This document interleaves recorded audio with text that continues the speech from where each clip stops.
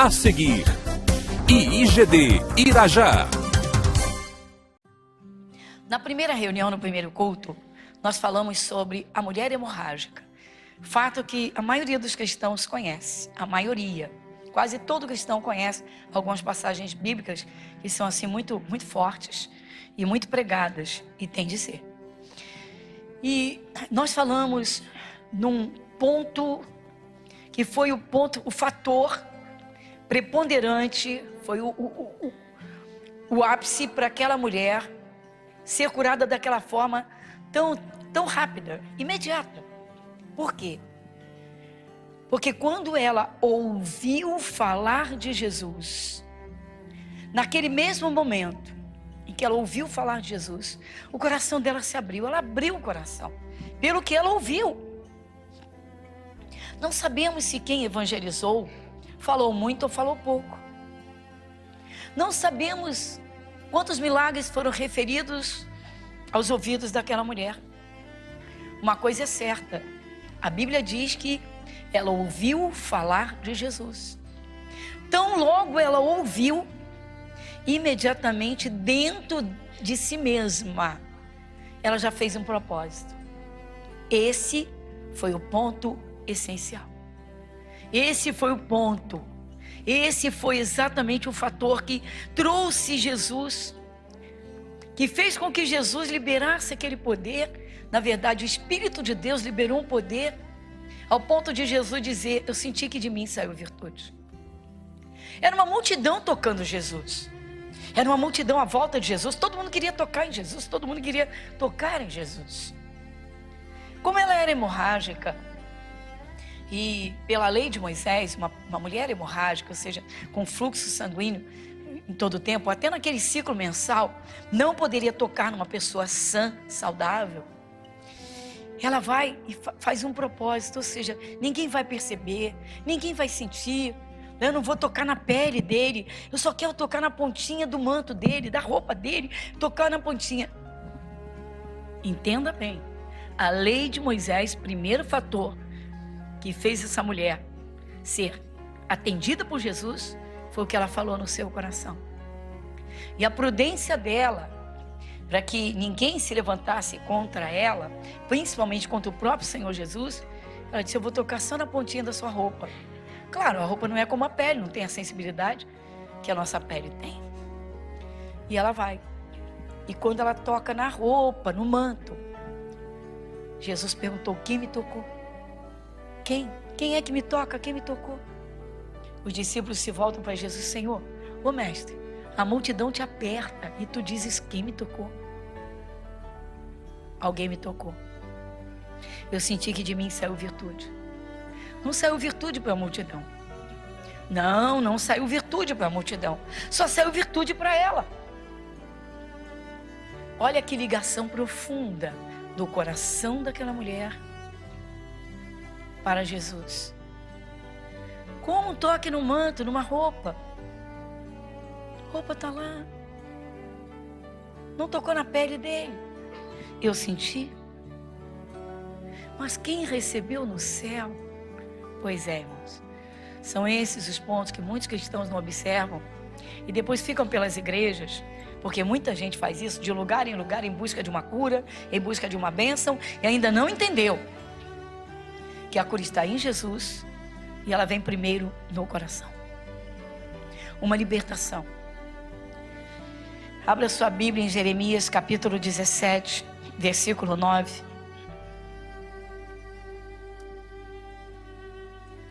Quem lê comigo, vamos lá?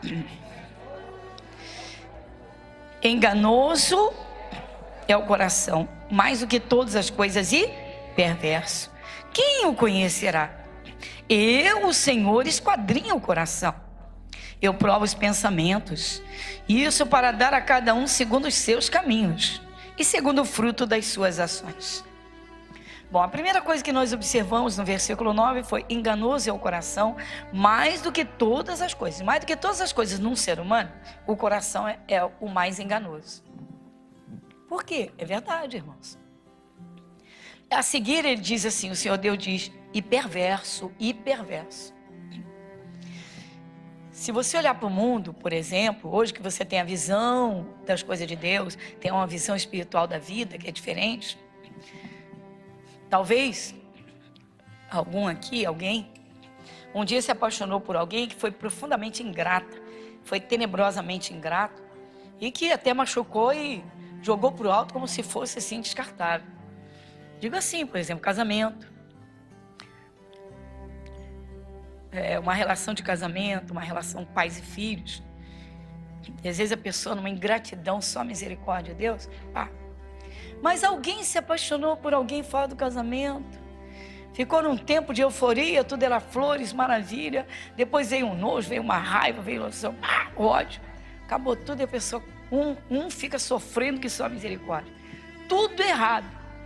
Já entrou no adultério.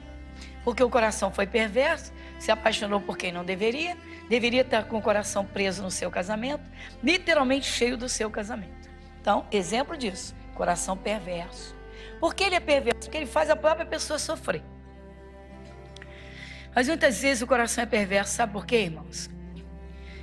É de Jesus, conhece a palavra, e não consegue uma cura, não consegue uma libertação, não consegue uma cura, não consegue sair do zero, não consegue sair do fundo de poço.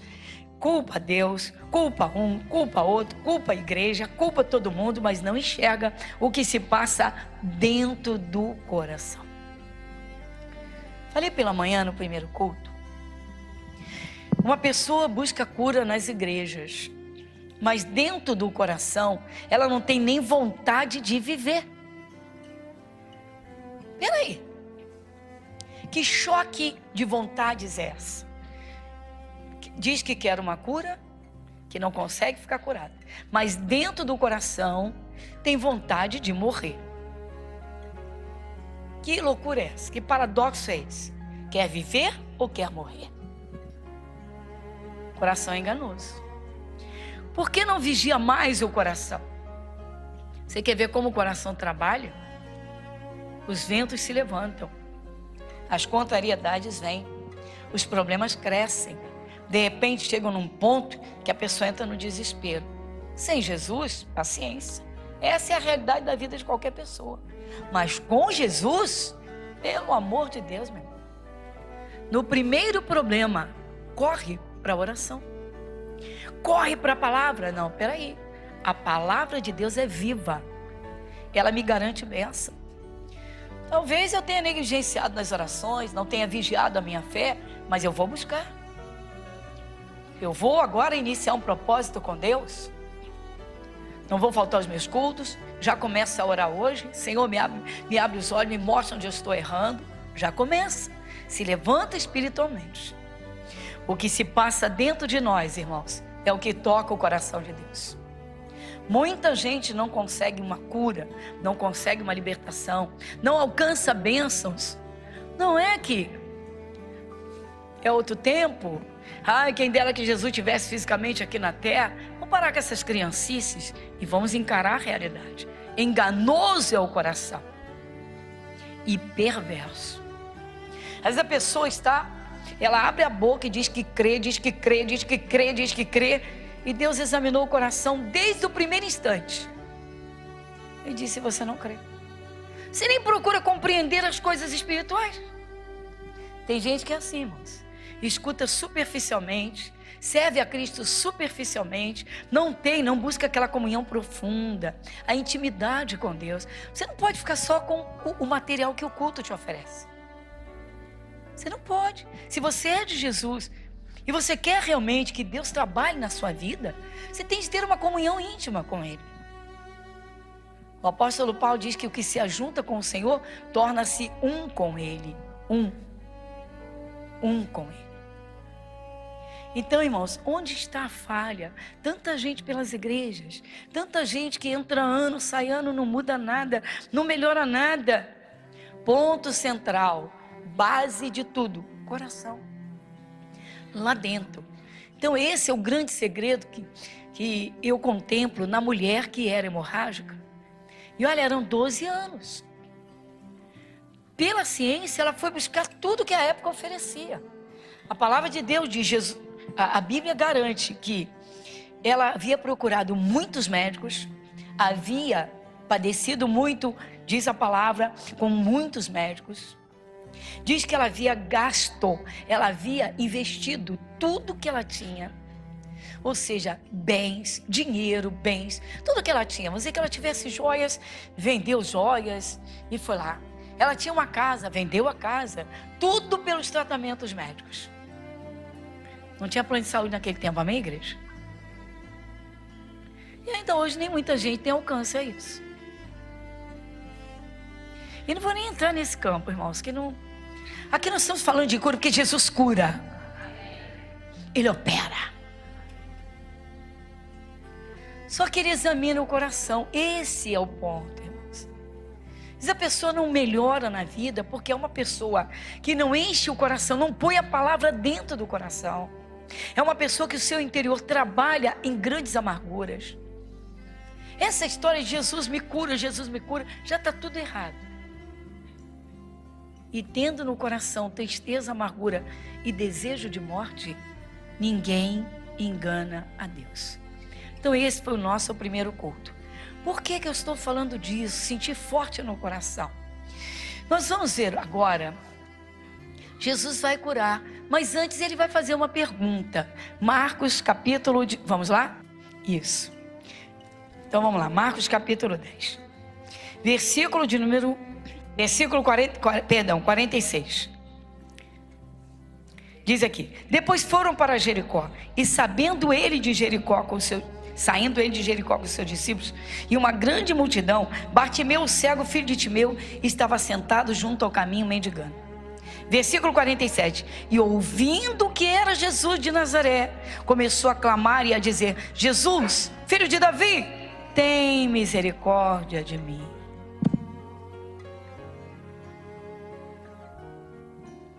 Ele só ouviu. Ele ouviu falar que Jesus estava passando ali. Quando ele escutou falar que Jesus estava passando ali, o coração dele acendeu. A vontade dele de chegar perto de Jesus acendeu. Antes de uma pessoa chegar diante de Jesus, irmão, para pedir uma bênção, ele já sabe o que a pessoa precisa. Ele já sabe o que ela vai buscar. O Espírito de Deus já sondou aquele coração. Mais um pouquinho. E muitos o repreendiam para que se calasse, mas ele clamava cada vez mais: Filho de Davi, tem misericórdia de mim. Jesus, parando, disse que o chamassem. Chamaram o cego, dizendo-lhe: tem bom ânimo, levanta-te, ele te chama. E ele lançando de si a sua capa, levantou-se e foi ter com Jesus. Versículo 51. E Jesus falando disse-lhe: que queres que te faça? Irmãos, você talvez ache interessante. Por que Jesus está perguntando ao cego o que ele quer?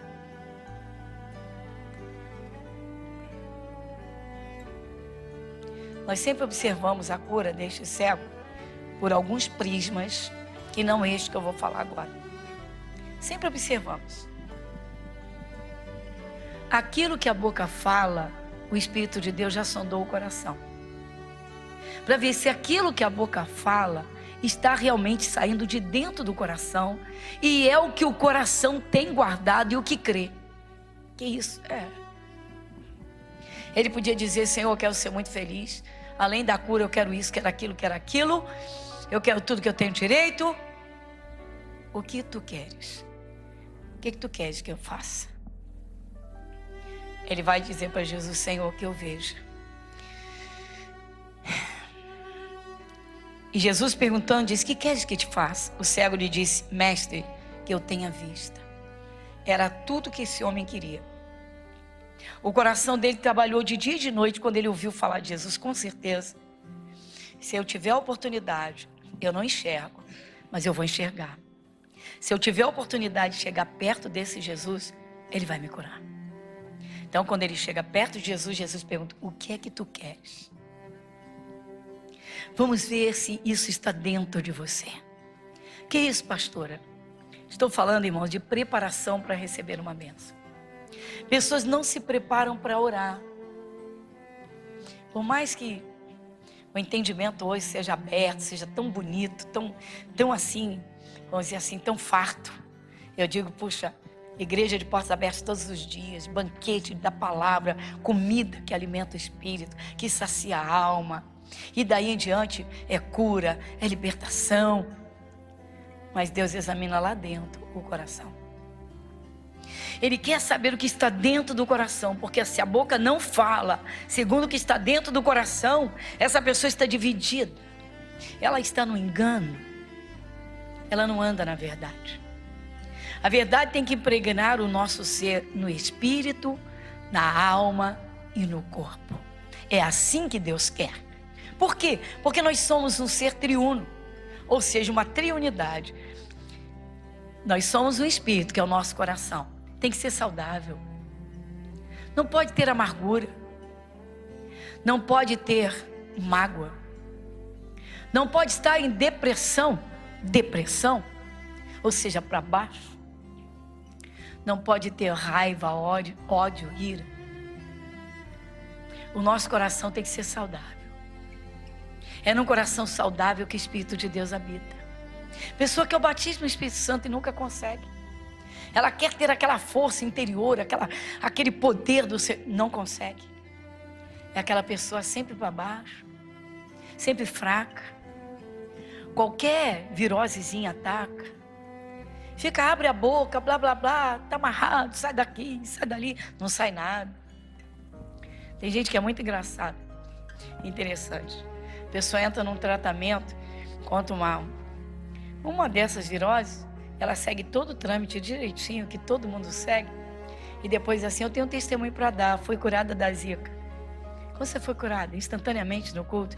Não, já tem 6 meses que eu estou fazendo tratamento, hoje eu estou me sentindo melhor. Chega a ser comédia.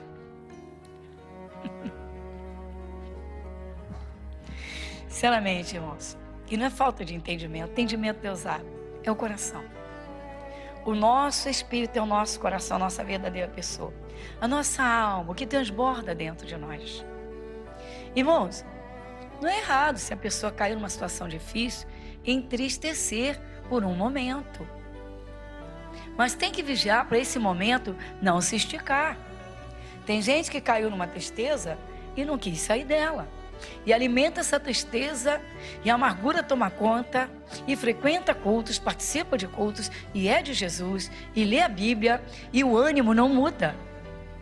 Depois diz assim, não sei por que eu não consigo minhas bênçãos, não sei por que as bênçãos não vêm, porque Deus não trabalha nesse paradoxo de uma hora eu creio, outra hora o meu coração está tomado pelos problemas, pelas angústias, pelas amarguras. O que eu tenho que fazer? Eu tenho que tomar uma posição. Eu sou de Jesus ou não sou de Jesus? Sou de Jesus. Eu tenho certeza de salvação eterna ou não tenho? Tenho. Acabou. Só isso já é razão suficiente para a minha alegria. Me alegro porque Jesus se preocupou em me salvar. Fui lavada no sangue de Cristo. Ele pagou o preço da sua vida por mim. Muito bem. Se eu valorizar a minha salvação, eu já tenho fortalecimento suficiente para não aceitar que uma tristeza dure de um dia até o outro.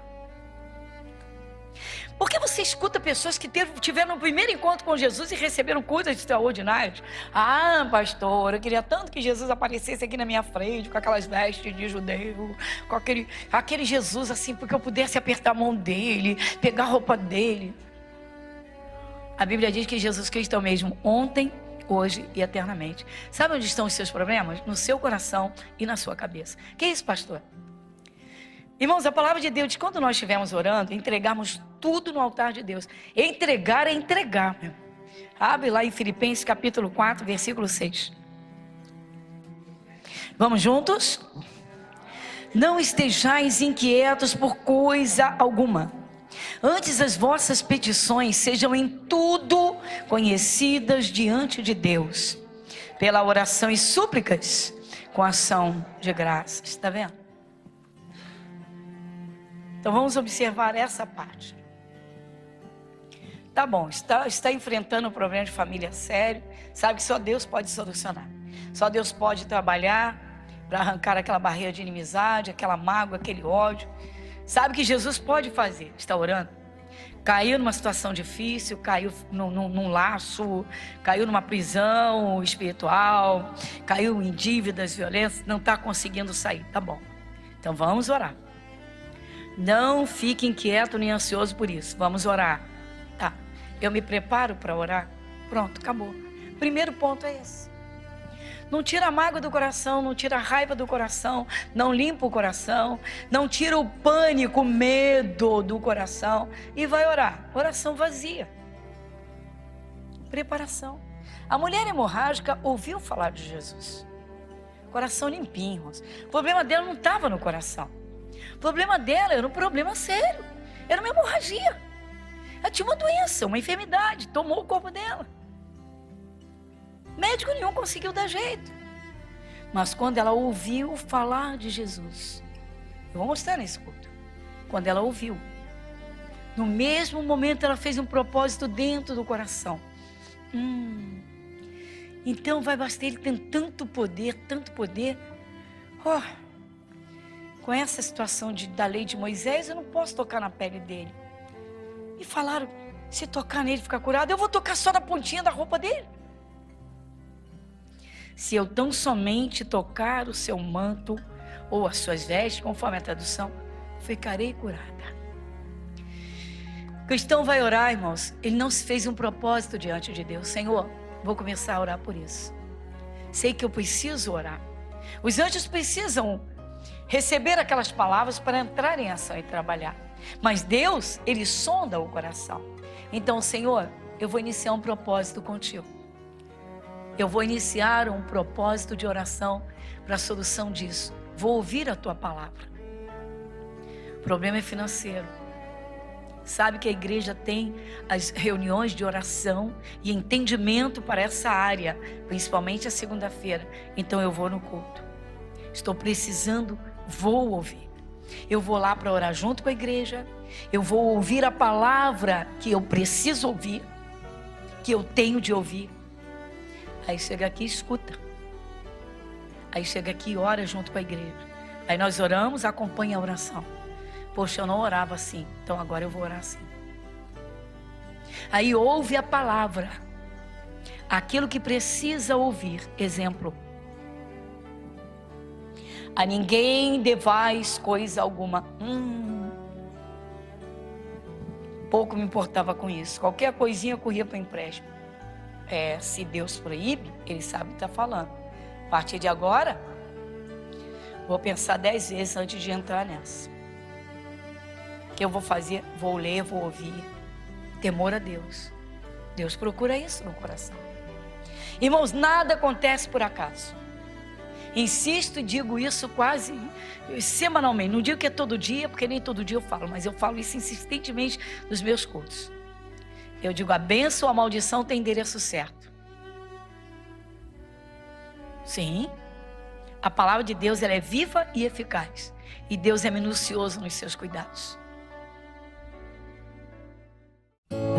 Igreja Internacional da Graça de Deus, Avenida Monsenhor Félix, 1120, Irajá.